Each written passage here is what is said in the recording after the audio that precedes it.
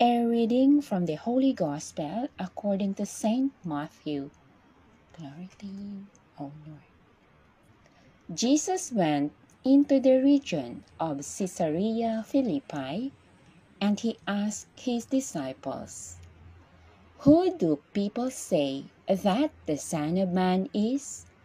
They replied, "Some say John the Baptist, others Elijah, still others Jeremiah or one of the prophets." He said to them, "But who do you say that I am?"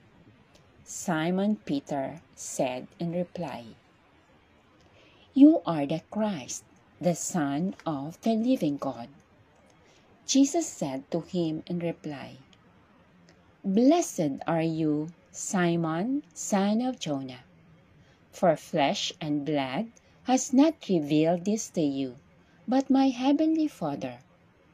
And so I say to you, you are Peter, and upon this rock I will build my church, and the gates of the netherworld shall not prevail against it. I will give you the keys to the kingdom of heaven. Whatever you bind on earth shall be bound in heaven, and whatever you loose on earth shall be loosed in heaven." Then he strictly ordered his disciples to tell no one that he was the Christ. From that time on, Jesus began to show his disciples that he must go to Jerusalem and suffer greatly from the elders, the chief priests, and the scribes, and be killed, and on the third day be raised. Then Peter took Jesus aside and began to rebuke him.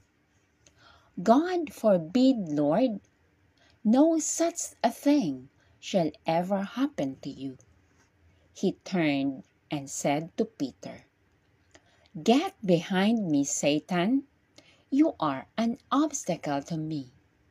You are thinking not as God does, but as human beings do."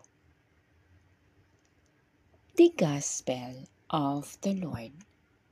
Praise to you, Lord Jesus Christ.